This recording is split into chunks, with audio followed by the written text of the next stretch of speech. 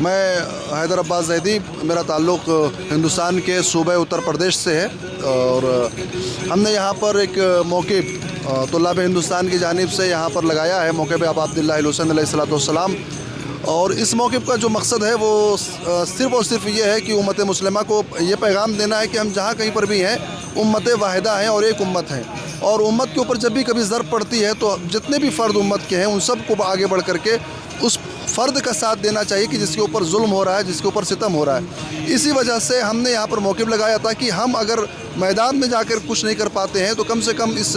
سڑک پر آ کر کے اپنے ایرانی بھائیوں کا حوصلہ بڑھائیں اور ان کے ساتھ ہمبستگی کا اظہار کریں، ہمدردی کا اعلان کریں، اور یہ اعلان کریں کہ ہم آپ کے شانہ بشانہ کھڑے ہیں اور آپ کے حوصلے اور آپ کے جذبے کو سلام کرتے ہیں کہ آپ نے ظلم و ستم کے مقابلے میں سر نہ جھکا کر ان سے مقابلہ کرنے کا ارادہ کیا اور ان سے مقابلہ کر رہے ہیں۔ انشاءاللہ اس امید کے ساتھ کہ جلد ہی ظہور امام میں تعجیل ہوگی اور جلد ہی ایران کو کامیابی اور کامرانی نصیب ہوگی۔ اس وقت ہمارے ساتھ ایک اور برادر جو ہیں انڈیا سے تعلق رکھتے ہیں اور یہاں پہ موجود ہیں۔ یہاں پہ جتنی بھی گاڑیاں مطلب اگر گزرتی ہیں تو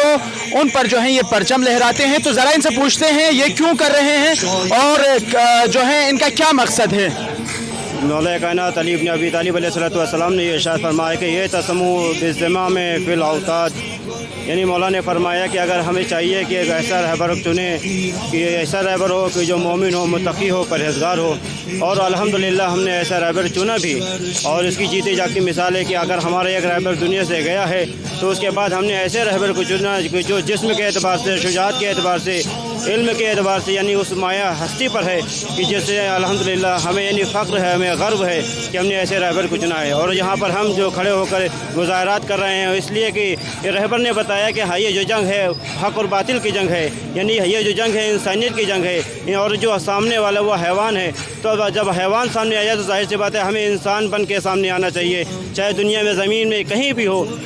یعنی کسی بھی کوچے میں ہو، کہیں بھی ہو، کسی بھی سرزمین میں ہو، ہر انسان کو چاہیے حق اور باطل کے مقابلے میں کھڑے ہو۔ اور الحمدللہ ہم یہاں پر جو کھڑے ہو کر یہ اظہار کر رہے ہیں، یہ مظاہرہ کر رہے ہیں کہ ان کے مقابلے میں کہ جو بچوں کو قتل کر رہے ہیں، جو بچوں کو شہید کر رہے ہیں، اس لیے الحمدللہ چونکہ ہمیں یہ کہا گیا ہے کہ جو ذلت ہم سے جو دور ہے، اہل بیت سے ذلت دور ہے، اس لیے کہ ہم ان کے ماننے والے ہیں، تو ظاہر سی بات ہے ہیہات من الذلہ، ہیہات من الذلہ، ہیہات من۔ اس موقف کا مقصد یہ ہے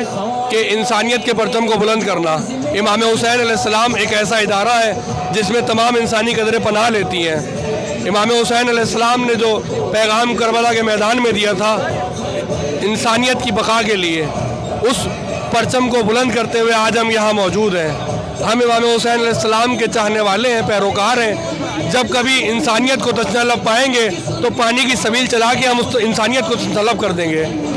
جب ہم دیکھیں گے کہ حق کا پرچم اٹھانے والا کوئی نہیں ہے تو ہم حق کے پرچم کو بلند کریں گے۔ حق کے پرچم کو بلند کرنے کے لیے نہ کسی زبان کی قید ہے، نہ کسی ملک کی قید ہے۔ آج سرزمین ایران پہ طلاب ہندوستان کی جانب سے اس موقع کا انعقاد کیا گیا ہے۔ آپ دیکھ سکتے ہیں کہ تمام مومنین سڑکوں پہ ہیں۔ آج میڈیا دکھا رہی ہے کہ ایران میں کچھ نہیں ہے، لیکن یہ سب جھوٹ ہے۔ آپ دیکھ سکتے ہیں، میری گزارش ہے آپ سے کہ کیمرے کو ضرور گھمائیں اور دیکھیں بچوں کے ہاتھ میں پرچم ہے، پرچم بلند ہے۔ کس طرح سے یہ بچے، نونہال بچے، یہاں کچھ بچے ایسے ہیں جن کی عمر 2 مہینے 3 مہینے ہے، وہ اپنی مادروں کے ساتھ پرچم لے کے ان خیابانوں پر ہیں تاکہ ظالم بیدار رہے، دیکھ لے حسین کے چاہنے والے کیسے ہوتے۔ جی ناظرین، اس وقت آپ دیکھ سکتے ہیں کہ یہاں پہ ہماری تمام مائیں بہنیں اپنے بچوں کے ساتھ آئی ہوئی ہے، اس موقف کے اندر جو ہے یہاں پہ بیٹھے ہوئے ہیں، اس موقف کے نزدیک آ کر، تاکہ ملت ایران کے غیور عوام کو جو ہے ایک حوصلہ دے سکیں کہ آپ اکیلے نہیں ہیں بلکہ ہم بھی آپ کے ساتھ ہیں۔ یہ موقف ابھی کچھ ہی دیر کے بعد یہاں پہ جو ہے کھانے پینے کی چیزیں تقسیم کی جائے گی، اور یہ بند مٹھی میں جہان ظلم کا تابوت ہے، بند مٹھی میں تیری صبر و رضا